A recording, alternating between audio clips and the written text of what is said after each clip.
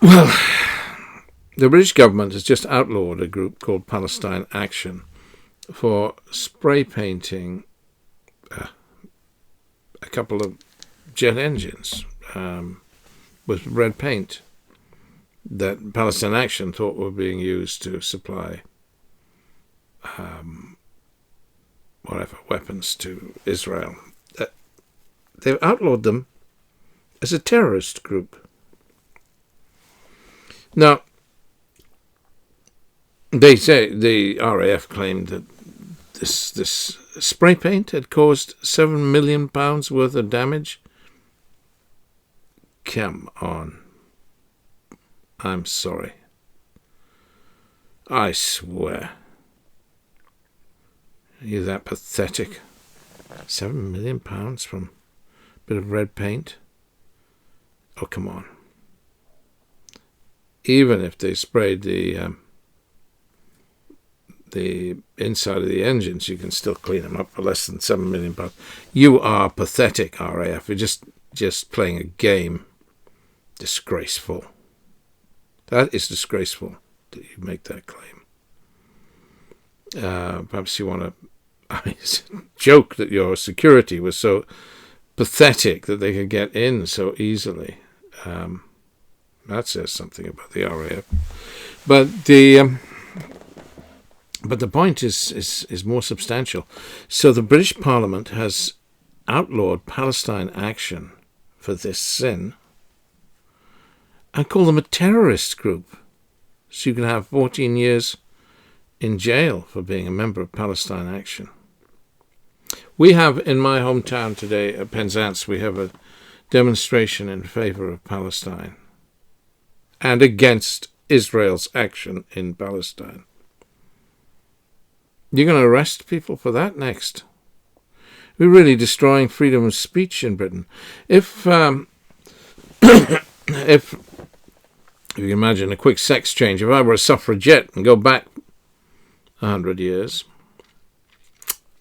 you'd be arresting the suffragettes, wouldn't you, Keir Starmer? I mean, they used to practice jiu-jitsu and smash windows and do all sorts of... Their direct action was a lot more serious. They even committed arson. Their direct action was a lot more serious than the rather tame Palestine Action group. You remember when I was young, we had women who would chain themselves to the railings of Greenham Common because American nuclear planes were based at Greenham Common.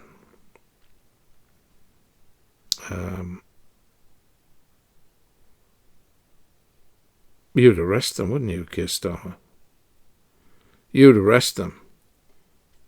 You'd throw them into jail and throw away the key. You don't believe in free speech. You don't believe in a Palestinian state.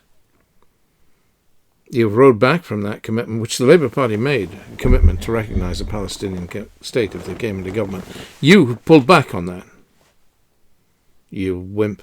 I'm sorry, but it just makes me angry. Britain could make a difference by recognising a Palestinian state. France was going to do it and it just pulled back on it last month under pressure. Macron, as I speak now, Macron is meeting Keir Starmer. They won't be talking about Palestine, they'll be talking about migration. Well, we all care about migration, but come on. Palestine is the Palestinian issue at the moment makes me weep. I have a friend called Imad Karam. Sorry, Imad, I'm just going to mention you in this situation, but Imad has a sister, and his sister is in Gaza, and his sister has 6 children and a husband. A lot of children, but there you go. Can we forgive her for that? I suppose so we can. 6 children, 6 young children and a husband. There are 5 daughters and a boy. A few months ago, the boy was killed by Israelis. out collecting food or whatever. And a few days ago, Imad's sister's husband was killed by the Israelis, leaving her a widow with 5 starving children, 1 meal a day, starving, emaciated children. And then 2 days ago, Israel killed Imad's sister, leaving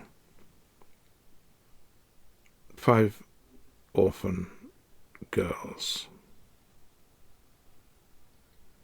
I mean, how are they killing now? They're killing with quadcopters. Quadcopters, look it up. They're basically remote drones, and they I don't know if they're using AI or they're actually manned operators, because they seem to be apparently killing at random. Just something moves, they kill it.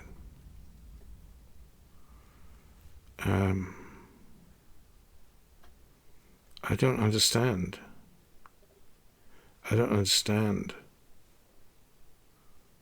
how human beings can have descended into such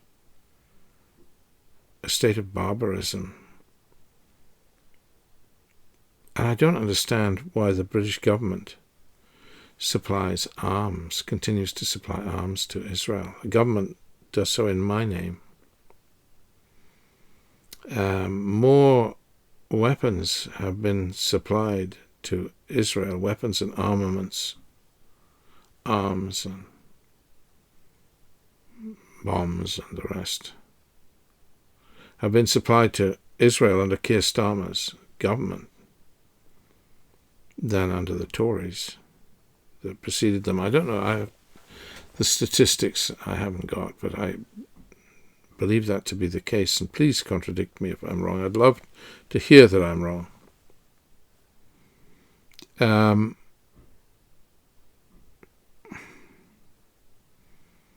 It's an obscenity, really, that Keir Starmer and the Labour members of Parliament have outlawed Palestine Action as a terrorist group.